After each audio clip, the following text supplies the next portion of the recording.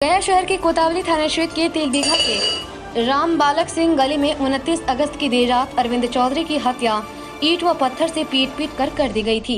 हत्या की घटना की सूचना मिलने के बाद सिटी डीएसपी थानाध्यक्ष समेत भारी संख्या में पुलिस बल के साथ पहुंची और मामले की छानबीन शुरू कर दी थी और शव को कब्जे में कर पोस्टमार्टम के लिए भेज दिया था। वहीं शव के अंतिम संस्कार होने के बाद मृतक के भतीजा के द्वारा कोतावली थाने में 6 नामजद व 3 दर्जन अज्ञात पर प्राथमिकी दर्ज कराई गई थी, जिसके बाद पुलिस ने इस मामले में 8 लोगों को गिरफ्तार कर जेल भेज दिया है, लेकिन मुख्य आरोपी अभी भी पुलिस के गिरफ्त से बाहर हैं। वहीं मृतक अरविंद चौधरी के भतीजे ने बताया कि उस दिन पटना जाना था। स्टेशन जाने के लिए अरविंद चौधरी व भतीजा अभिनव दोनों साथ में बाइक से निकले थे, लेकिन अचानक तेलबीघा मोड़ के समीप हमला कर दिया गया। वहीं किसी तरह से साथ में रहे भतीजा अपनी जान बचाकर वहां से किसी तरह निकला है। वहीं भतीजा ने बताया कि घटना के 2 दिन पहले चाचा को फोन पर धमकी मिली थी कि तुमको जान से मार देंगे और ठीक 2 दिन के बाद इस घटना को अंजाम दिया गया।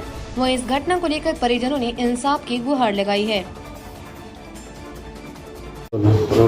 जी, क्या घटना हुई थी और क्या सच्चाई है? हम लोग अंकल के साथ जा रहे थे स्टेशन की ओर।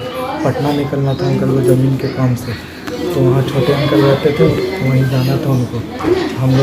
हम बाइक चला रहे थे और अरविंद अंकल पीछे बैठे थे और पीछे एक और बाइक से सुशील भैया था और प्रेम अंकल थे। तो रास्ते में ही तेलबीघा मोड़ के पास छेक लिया 3-4 लोग था पहले। फिर अरविंद अंकल बोले क्या बात है, तो सबको चिल्लाया और उसके बाद अपने परिवार को बुला लिया और मारपीट करने लगा था। तो फिर हम लोग डर से वहाँ से भाग निकले थे और अरविंद अंकल अकेले पकड़। जिस समय घटना हुई थी क्या आप वहाँ पर कितने लोग मौजूद थे? हम लोग थे 4 लोग थे और उन लोग था कम से कम 6-7 था पहले और फिर उसके बाद अपने परिवार वाले को भी बुला लिया था। सारे लेडीज़ जेंट्स सारे लोग थे। किन लोगों के द्वारा ये हमला किया गया था? महेश यादव, राजन सौ और नीरज रवानी, और ये 3 लोग को वहाँ पे पहचान पाया था। और महेश यादव का बेटा राहुल और रोहित। आखिर इस तरह का जो घटना का अंजाम दिया गया क्या वजह थी? कोई वजह नहीं था। अरविंद अंकल का किसी से कोई दुश्मनी नहीं था, कहीं कोई आपराधिक रिकॉर्ड नहीं रहा। पहले भी थाना में कोई थाना में नहीं, और पेपर में दर्शाया गया है कि कुख्यात अपराधी था।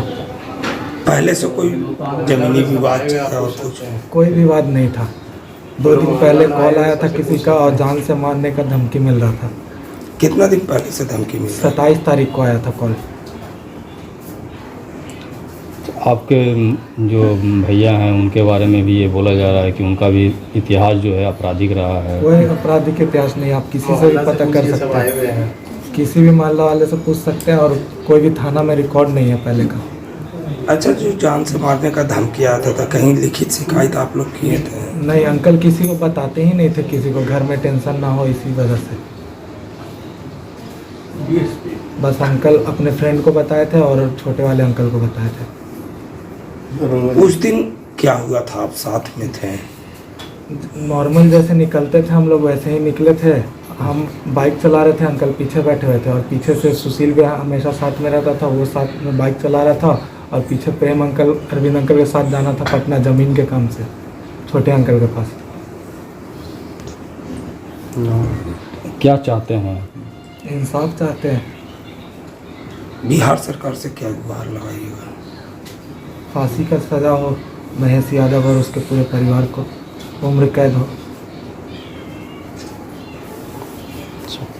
आप जिस समय थे और मार भी नहीं है। हमारा बाबू बहुत सुंदर था, हीरा था, मालना का तो रास्ता दुखियों को दुख दूर करता था। मेरा बाबू सबका भलाई किया, आज तक किसी की बुराई नहीं देखना चाहता था। हमारे बाबू के कौन मार दिया हम कुछ नहीं जान रहे हैं।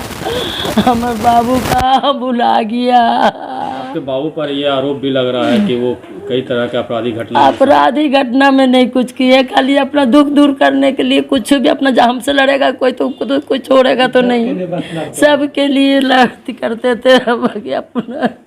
अच्छा, उस दिन कहाँ जा रहे थे?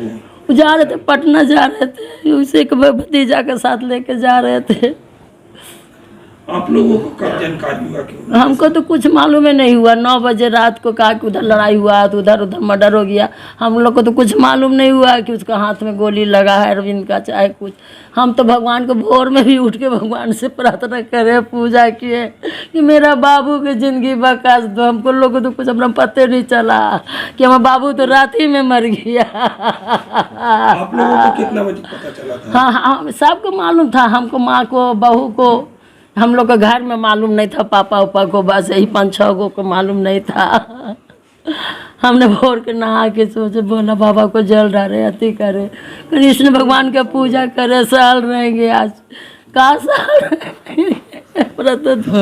आरती होगी। काम इधर तोड़ के उधर फोड़ के बना रहा था कि माँ घर में पानी आ जाता है, इसको बना देते। हम लोग बना दे बेटा, हमरा का मालूम था कि धड़ धड़ी के बजट गिर जाएगा, तो हम कभी नहीं कहते कि बनाने के लिए। हम घरवा में जैसे थे वैसे ठीक थे। अरविंद चौधरी हत्याकांड में क्या सुराग मिले सर? कितने लोगों के?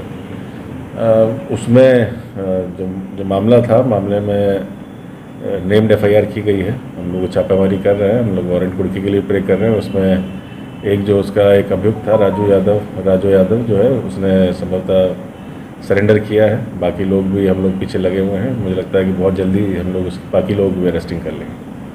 सर हत्या के पीछे क्या? हत्या के कारण पता कराने के लिए हम लोगों ने SDPO टाउन को भेजा है। वो अपना सुपरविजन देंगे, अपना पूरा जो भी होगा उसमें निकल के आएगा। अभी जो प्रिलिमिनरी जो समझ में आया, आपस में इनका अगल बगल के थे, इनका लेन देन का कुछ मामला था, और अगर और भी तथ्य आएंगे तो उसमें सुपरविजन और क्लियर हो जाएंगे। ऐसी भी सूचनाएं मिल रही है सर कि वो भी अपराधी तत्व के लोग थे, और अपराधियों में गैंगवार का सूचना मिली। अपराधी में गैंगवार की बात तो नहीं है। हाँ, अगर कुछ ये सुनने में आया है कि जो मृतक हैं उन पर भी कुछ अपराधी के थे मामले दर्ज थे, उनकी भी तहकीकात चल रही है। एक बार TSP अपनी जांच रिपोर्ट अपनी पूरी कर दें, उसके बाद ही आपको कुछ बताएंगे इसमें। तो ऐसा कि अगर आप लोग ने, तो आप लोगों के साथ भी कुछ हादसा हो सकता था अगर नहीं भागते? हमको भी लगा था, पहला ही टर्म हमको ही लगा था। उसके बाद अरविंद अंकल हमको ढकेल दिए थे, तब हम वहाँ से निकले थे।